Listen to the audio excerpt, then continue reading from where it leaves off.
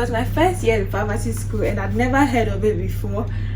At the crack of dawn, I just heard my roommate shouting, Ajay. I was like, what is going on? So I just turned to look at her and she was on the floor crying and screaming. I was like, hey, what's going on with you? She was like, my stomach is on fire. I was like, okay, I don't know what to do.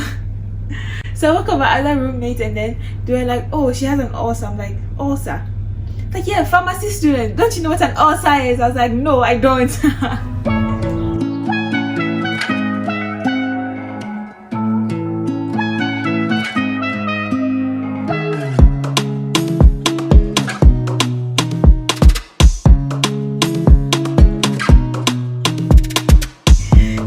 First experience with peptic ulcer. I had never heard of it. I had never experienced it before.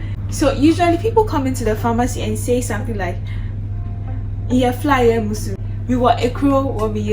like the literal translation of what an ulcer is. So basically it's a sore in the mucous lining of your stomach and sometimes the upper part of your intestines, which is also called the duodenum. So it can be in the stomach of the gastric ulcer, or it can be in your duodenum, which is the upper part of your small intestine, which is called the duodenal ulcer, right?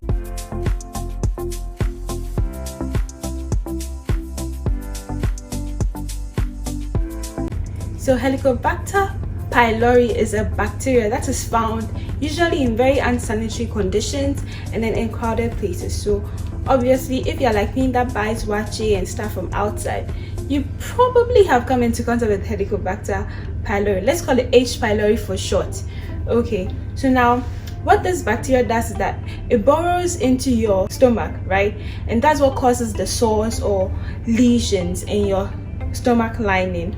And they also have a direct effect on the amount of acid being produced in your stomach. So they can either increase or decrease the amount of acid in your stomach. Now, for those of you who didn't know you had acid in your stomach, we do. The stomach produces gastric juices, basically made up of hydrochloric acid, some sodium and some potassium. If you have an H. pylori infection, your stomach walls kind of look like this.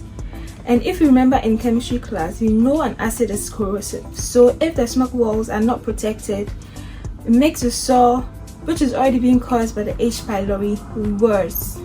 The acid is produced in your stomach to sterilize food when it comes in, and then it contains an enzyme called pepsin that helps to break down proteins when you eat them.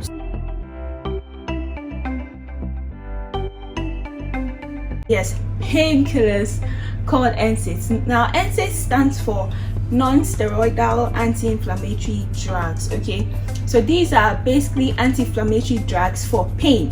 So an example or a few examples are ibuprofen, diclofenac, naproxen, aspirin.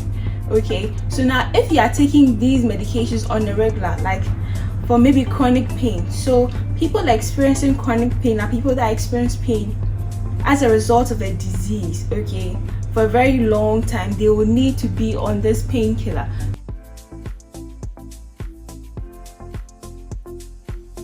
Now the body produces something we call prostaglandins, okay, just a little science, and these prostaglandins sort of facilitate inflammation in the body, okay. But another thing they also do is that they help to protect the mucous lining, like a barrier defense for the lining of the stomach.